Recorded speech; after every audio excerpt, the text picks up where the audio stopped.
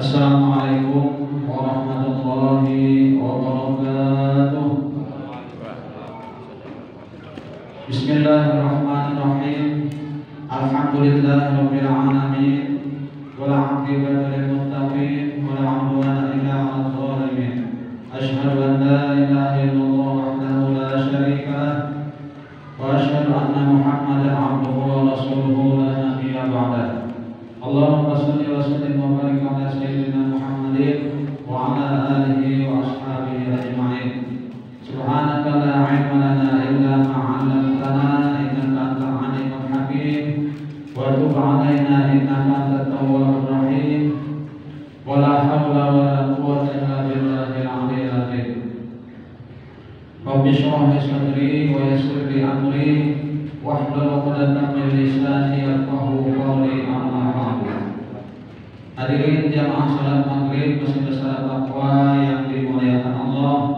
Pertama-tama terlebih dulu marilah kita sama-sama memanjatkan puji dan syukur kita kepada Allah Subhanahu wa taala karena dengan nikmat rahmat karunia taufik dan hidayah jualah di malam hari ini kembali kita dapat melanjutkan pelajaran kita tentang yang kita baca adalah kitab Asmaul Shalah lanjutan.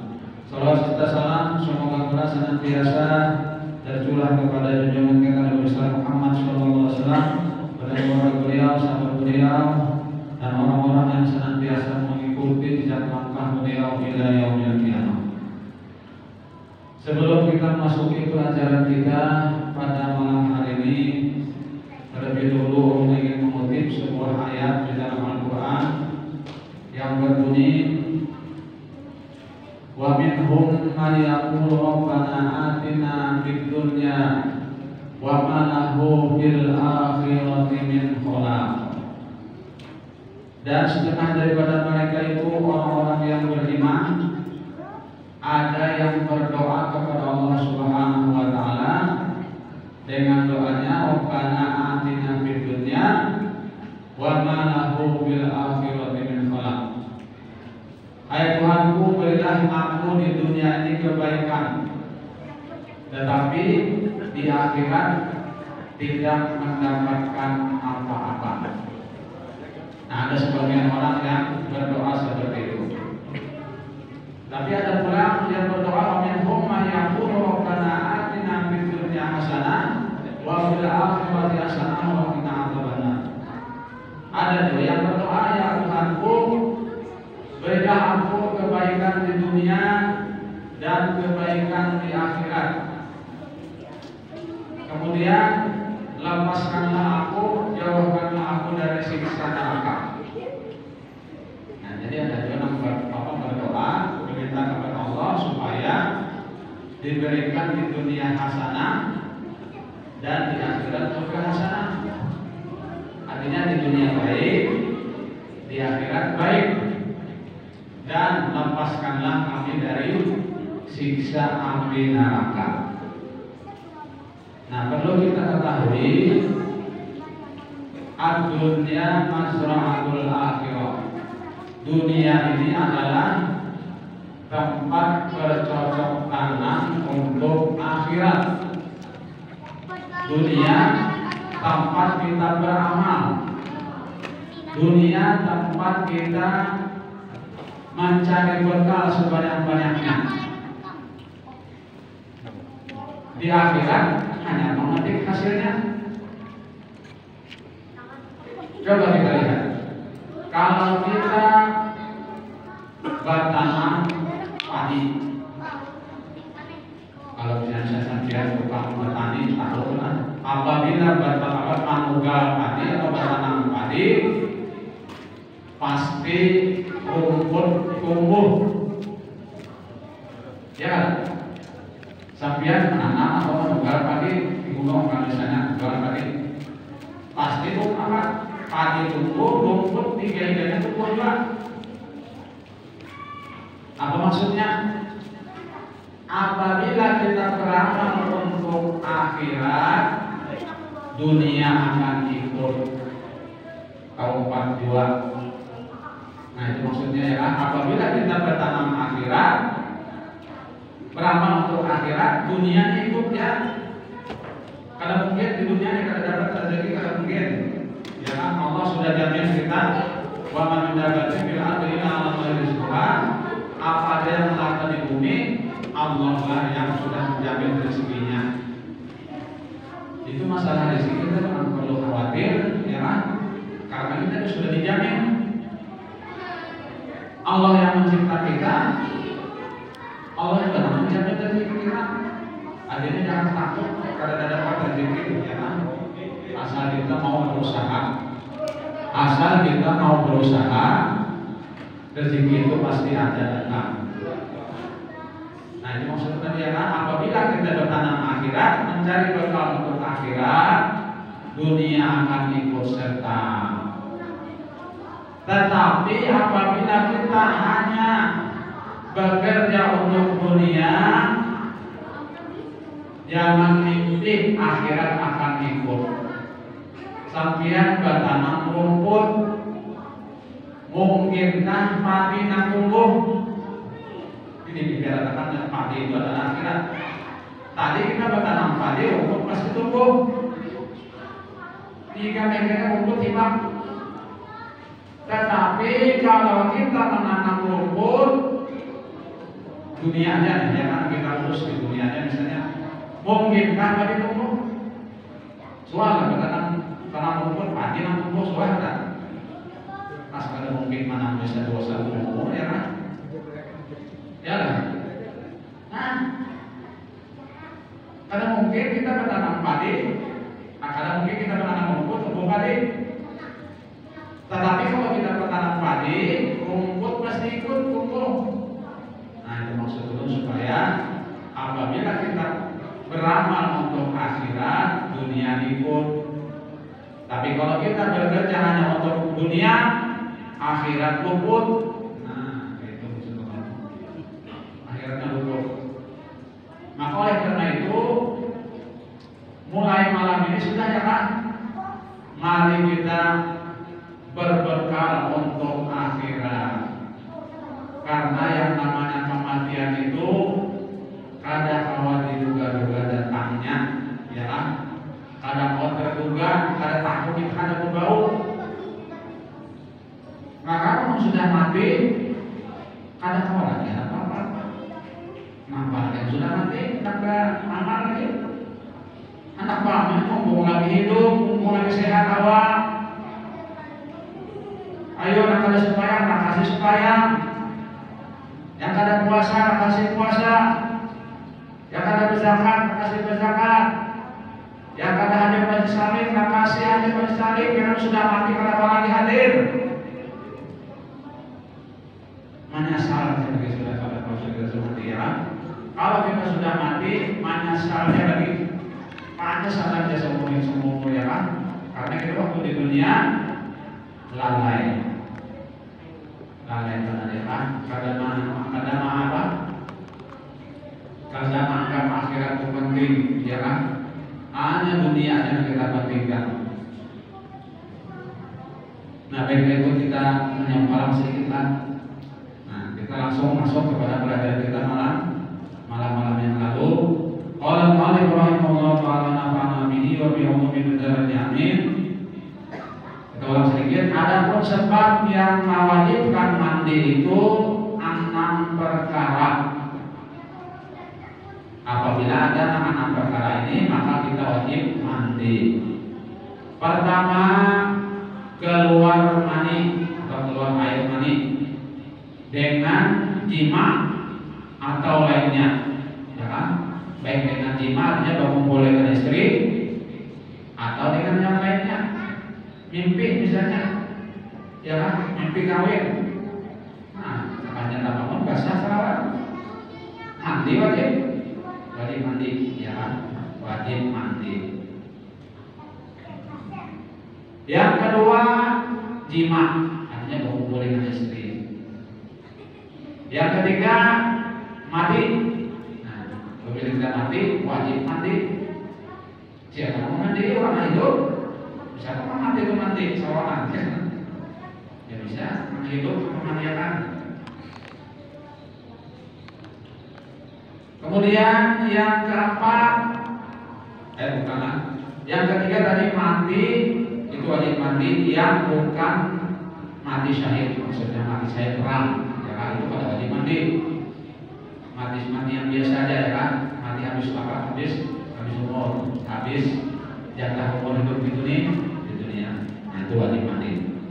Nah kecuali orang yang mati perang syahid, mati dalam peperangan syahid itu kada wajib mandi, ya kada wajib disolatkan, kada wajib dimandikan, kada wajib, langsung dikuburkan saja dengan darah-darah akibat awaknya. Yang keempat, putus darah haid. Haid juga mandi. Apabila putus, artinya selesai apa yang kita tukari, darah haid, darah mens, nah itu wajib mandi. Yang kelima, putus darah nifas. Habis kita, ya kan, kita kering, darah nifas, darah yang keluar setelah kita bersalin, setelah kita melahirkan, biasa perempuannya ya. Nah lalu diisi darah sudah habis, darah keluar, nah maka wajib mandi. Yang keenam, wiladah, melahirkannya itu juga wajib mandi. Adapun hukum mandi wajib kepada Imam Rafi'i tiga. Pertama niat, ya. Kedua menyampaikan air pada sekalian anggota. Yang ketiga menghilangkan najis jika ada pada badannya. Jadi niat, yang pertama niat itu mantaknya ketika kita menaruh air di mana, atau misalnya di kepala, ya kan? Yang aman tuh pakai selang.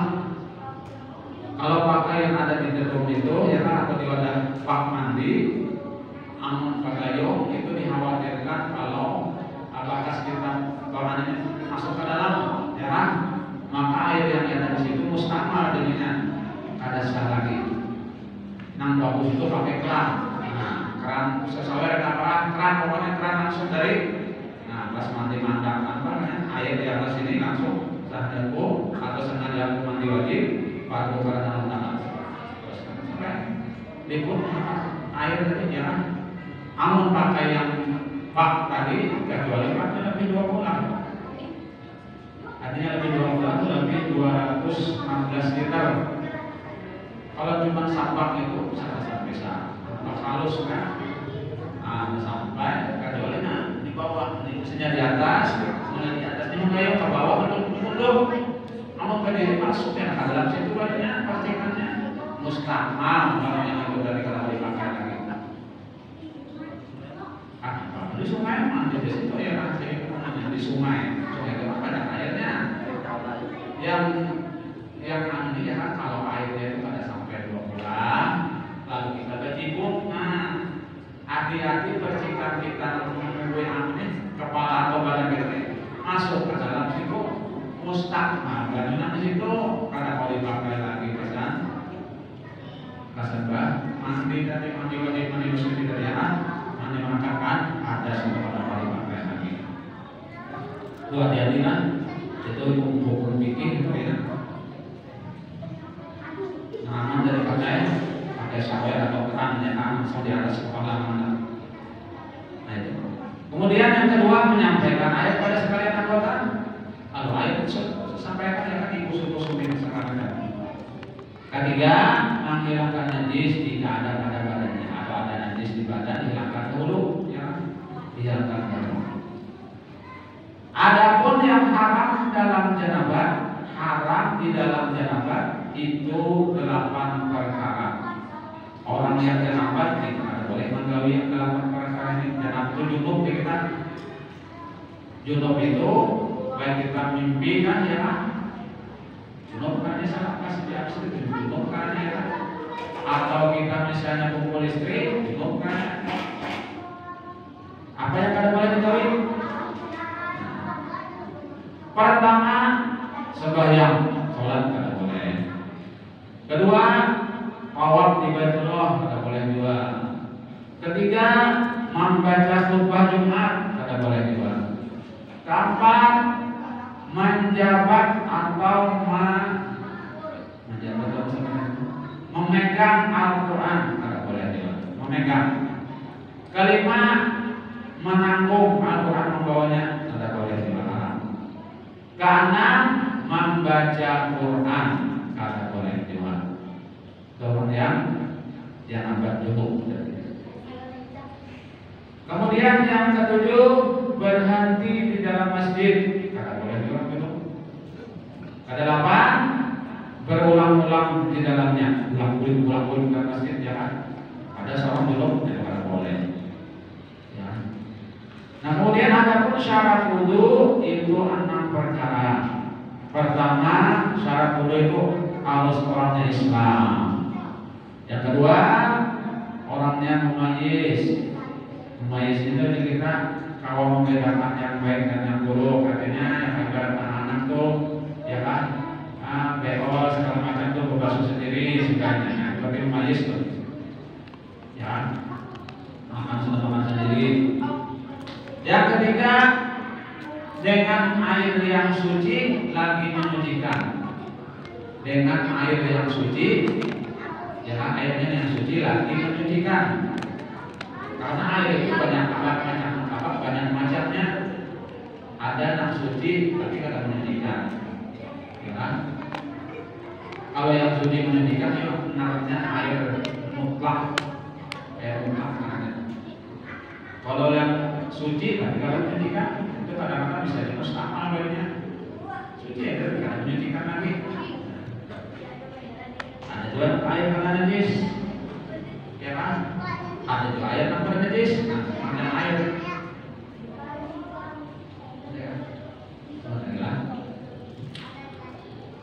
Kemudian syaratnya keempat, syarat wudu ini.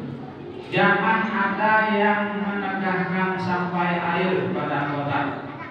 Jangan ada di anggota wudu ini kita, ya kan, sesuatu yang dapat mencegah banyu masuk ke kawat.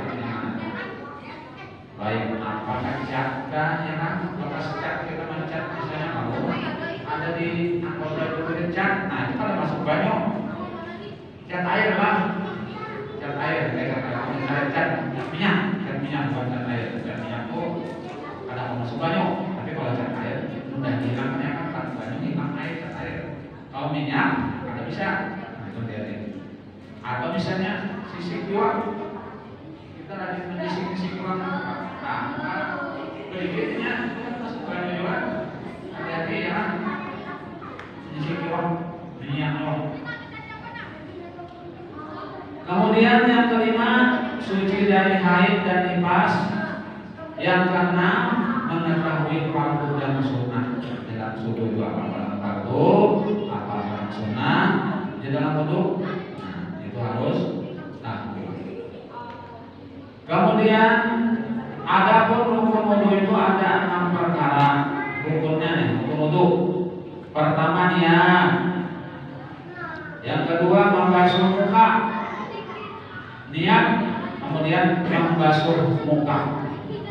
Kita meletakkan niat itu ketika kita membasuh muka. Di mana air mulai mengangkat muka, disitulah kita menaruh niat, ya kan? Nah, batas muka mulai tumbuh rambut di atas sampai di bawah dagu. Kemudian lebar mulai mentil telinga yang sini sampai ke sebelah sini, itu batasannya. Dan batasannya. Jangan saya batas polos foto. Dari kanan mau ikut sini ada karena di bawah dagu dari kaning dia. Karena kan biasanya dia menggerak. Nah, hati-hati. Kemudian setelah membasuh muka, yang ketiga membasuh 2 tangan hingga 2 siku. Membasuh 2 tangan sampai siku lagi pada siku, hanya menampak siku. Keempat, menyapu setengah kepala. Yang kelima, membasuh 2 kaki hingga mata kaki. Yang keenam, tarbib. praktik. Nah, jadi praktik, jadi membasuh kalinya ada cara buat kan? Tapi itu sunat. Membasuh dua kalinya itu ada sunat saja. Kalau kan Pak pakai kekerasan, membasuh kalinya kami sunatnya itu yang jadi. Cuma kalau mangga itu kan sunatnya kan? Belum sunatnya. Kira-kira sampai sini dulu yang membuat kami sampaikan tentang sedikit manfaatnya. Dan sunat ampuni semua dosa-dosa kita. Wassalamualaikum warahmatullahi wabarakatuh.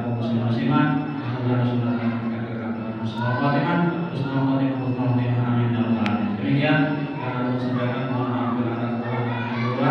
bila cukup hidayah. Wassalamualaikum warahmatullahi wabarakatuh.